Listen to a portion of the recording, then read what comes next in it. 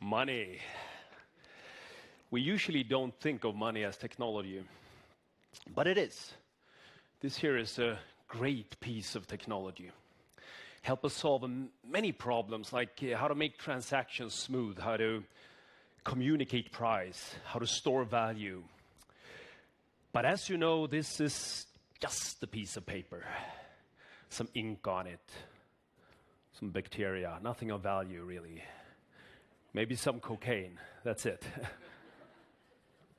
So for this here technology to work, we need one more thing. You need to believe that it works. You need to trust the one who gave you this. In this case here, it's the United States of America. Do you trust them? I'm just asking. I have another one here just to give you an example. In this case, it's me. It's an IOU. Which one would you prefer?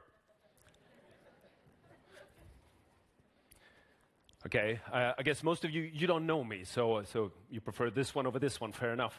But what if I was your brother, or Bill Gates, or what if this was a currency in trouble? The ones in charge were just printing more and more, so inflation was skyrocketing, and your savings were worth less and worth less until worthless. See my point? Nowadays, of course, we don't need these at all anymore. It's all digital. But we still need trust.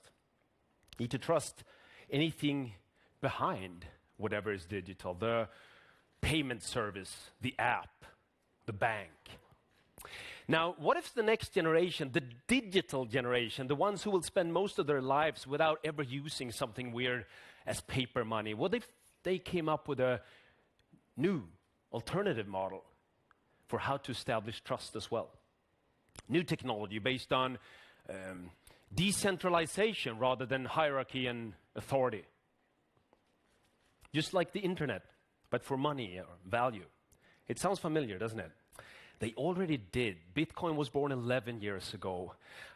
But okay, so far it's fair to say that we as society, we haven't agreed on how to trust in something weird like Bitcoin. Most people think of it as a shady thing, maybe even criminal. But what if? I came to think about this after a discussion I had with my son, Simon. He came home from university to start his summer holiday. And we had this lovely evening, you know, the family was gathered, we sat down, it was an evening in June, beautiful weather, so we was barbecuing, you know. Me and my wife, we were talking to Simon about his plans for the summer. What are you going to do this summer? And he told us he had, you know, loads of plans. They were going, him and some friends, to road tripping in Norway to see the fjords and all. They were going on a scuba diving exercise in France. Of course, music festivals, rock festivals, you know, stuff like that. So after a while, I had to stop him and say, hey, Simon, you know, when your mother and I ask you about your summer plans, we want to hear about work. What work are you going to do this summer? And then, keep in mind now, my son, he's in this Generation Z. They don't always think like I do, at least. So he said something like this. He said, no, you see, Dad, you know, I value my time so much, so I decided I'm not going to sell it this summer. I'm not going to work. And of course, I mean, that gets you sort of worried, what kind of values and everything. So then the discussion sort of changed. So not anymore focused on the what, but the how are you going to pay for this? And then he just said, chill. You guys don't have to worry about me. I have some Bitcoin. So what follows now is the kind of discussion you have, or rather an argument, between two generations where no one is actually listening. Both are just trying to explain why the other one doesn't understand anything. Have you been through one of those? So I could hear myself talk about risk. You know, this is new technology, this cryptocurrency thing. It's very dangerous, very volatile. You could lose it all, you know. Be careful of this. And he didn't take any of it. He was pushing back hard. He said, what about you, Dad? You believe, truly, you believe you will ever get your money for retirement? I mean, you believe in bankers? Few guys in charge of a hierarchy, you know, on top of the world. They, you know, do whatever they want. They open laundromats in the Baltic states if they feel for it. You trust them? So here I was, being pushed into a corner. I felt like 100 years old, you know. And So I had to position myself. So I told him, I said, you know what, Simon, I have some cryptocurrency myself. Because I remember a couple of years back, I was about to talk to bankers, do a seminar on the future of finance. And I was in this hotel room to do some research. So I bought something called Ether. I don't know if you're into this, but, or want to admit. But I bought something called Ether. And when I told Simon, I could see he was immediately impressed. He was like, wow, Daddy, you bought Ether early? Did you check your wallet? Do you know your status? And I was like, no. It's not like a big thing. I just spent like 10 euros, And he said, sure, but it's up like 1,000 times. And I said, 1,000 times? And then I sort of forgot about his summer, and I was all in for my money. So I went for my computer, and I started to do some digging, and I found this file in the computer. It was called Ethereum Wallet, and I was sort of, didn't get any further. I didn't even understand anything of what I'd been doing a year or two earlier. So here I am. Now I have to go to my son for advice. He's the one who studies computer science. So I showed him, this is where I ended up. I can't, solve this puzzle here. Can you help me? And he said, sure, I'll help you if I get half. And to me, this was kind of provocative. I was born and raised in a time when the reward, the salary you get, will somehow be correlated to how hard a task is, how long time it takes or something like that. And this sounded ridiculously easy. But I also realized he's right. Half of something will always, of course, be better than all of nothing. So he went to work. He spent maybe half an hour doing this, and then he was done. He had transformed my 10 euros into almost 10,000. So it turned out Simon was right all the time. He did not have to work this summer. Now, the point I'm trying to make here, and the reason I'm telling you this story, it's not that you don't need to worry about the future. You don't even need to work. Just go all in on cryptocurrency. That's not the idea the idea that I want to share with you today, that I've been thinking a lot about, is that maybe the way we establish trust will change just as much as technology is changing. What if trust, this foundation for interaction, collaboration, civilization, would be something completely different than today? Maybe even something that doesn't depend on human interaction. What if trust in another human being is way too risky, way too primitive? So first of all, let's agree that trust is a moving concept. Throughout thousands of years, we as human beings, we have trusted in many different things, believed many different sort of things to be true. So we can go back to money to make just the case obvious. For thousands of years, we have traded with, trusted in feathers, pearls, seashells, precious metals. And now in the last century, we have trusted in paper money, fiat currency, money without any intrinsic value, backed by nothing but promises by governments and banks. And then 11 years ago, when we had this financial crisis, a trust crisis, then Bitcoin was born. Just a new way, a new technology based on mathematics and decentralization. Eventually, of course, all money will be digital, but now we have this fork in the road. Government money versus people money. What if the separation of money and state is here? Just like the unthinkable separation of church and state 200 years ago. Maybe we're in for a new era of enlightenment, where we don't need to build trust in human beings. We talk about new technology like artificial intelligence, robots and stuff. It's often something that we think of as scary stuff. What if it's the opposite? What if this is just a great opportunity? What if all of today's problems, like inequality, unsustainable resource use, pollution, migration, what if all of these problems are just trust problems? A result of how we are limited to build trust based on hierarchy, leaders, corporations, nations. So what if this is our enlightenment, and Bitcoin is just one example? We can have another one. Let's think of something concrete, artificial intelligence, but what? Like a self-driving car. Everybody heard about the self-driving cars. Can we really trust in a car without a driver? Sounds scary, doesn't it?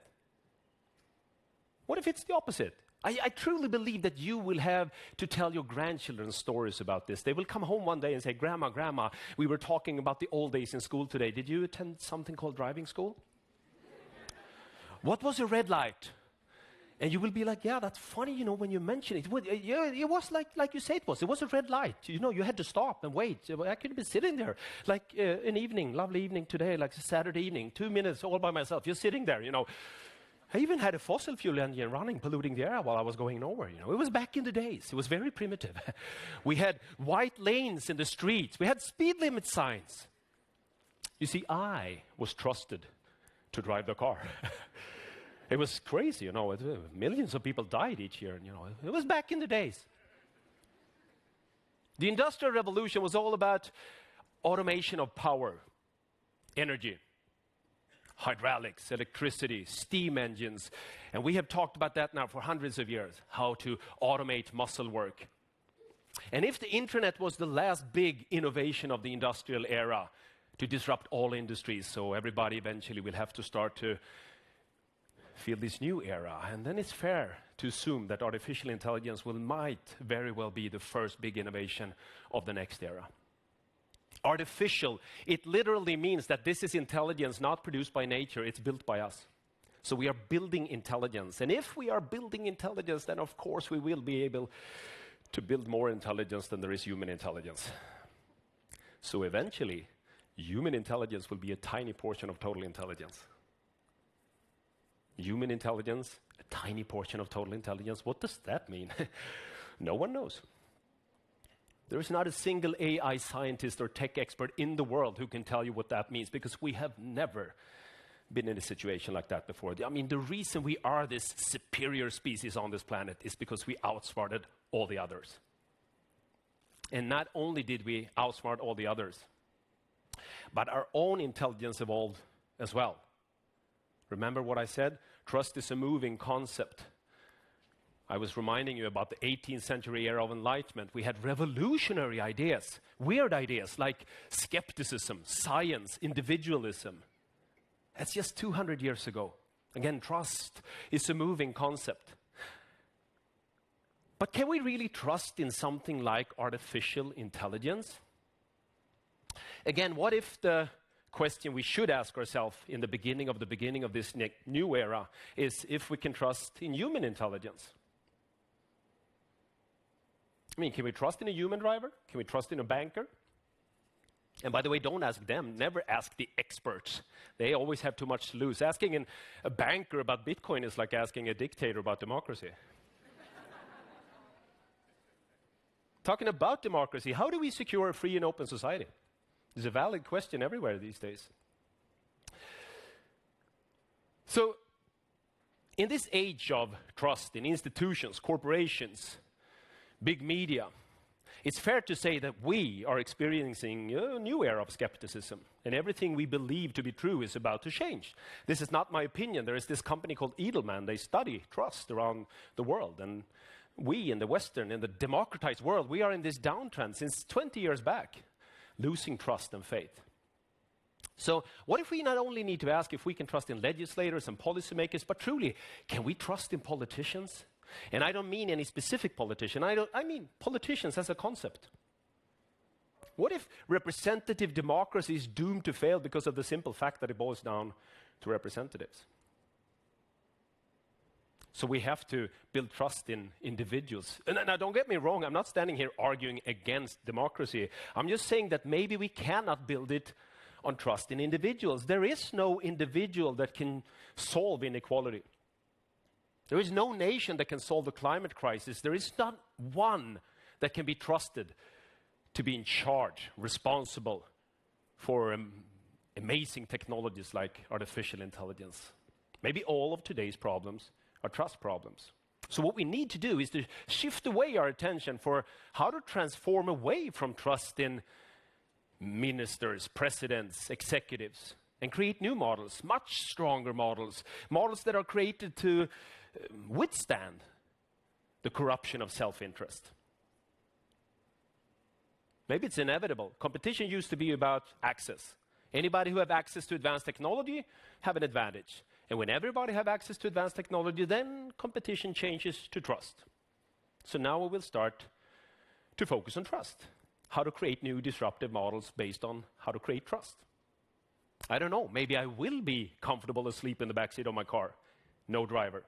Maybe my son is right to trust Bitcoin over any state currency.